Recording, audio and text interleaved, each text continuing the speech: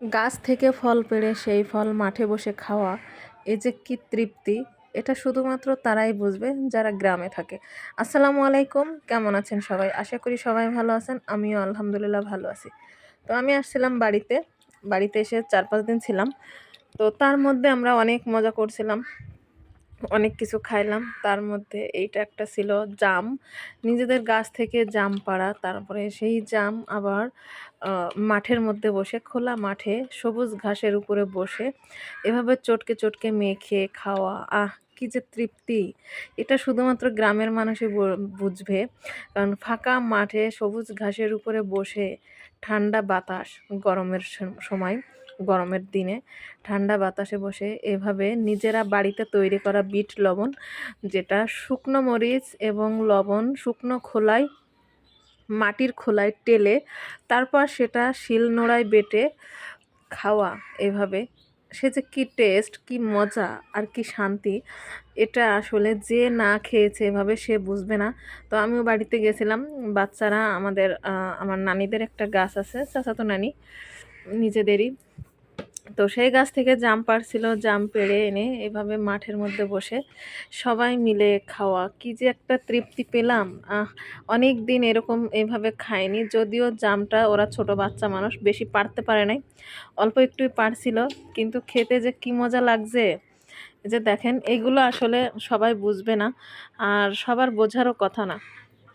কারণ যারা শহরে থাকে তারা তো এই মজাটা আসলে পাবে না কোথাও গেলে। আর এই রকম ফিলিংস, এইরকম শান্তি, সেটা শুধুমাত্র আমার এক্ষুনি জিভে পানি চলে আসতেছে, মানে আমি বলতেছি আর আমার জিভের মধ্যে পানি চলে আসতেছে। কারণ মানে আমার মনে হচ্ছে আমি এখন আবার যদি খাইতে পারতাম তাহলে মনে অনেকটা ভালো লাগতো।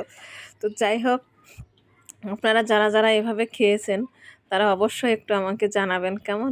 জাম জিনিসটা আসলে একটু টক, আবার একটু মুখটা লেগে আসে, ঝাল ঝাল বিট লবণ দিয়ে মাখায়ে খাওয়া, এত শান্তি, মানে বলে বোঝাতে পারবো না, আমার জিভে পানি চলে আসতেছে।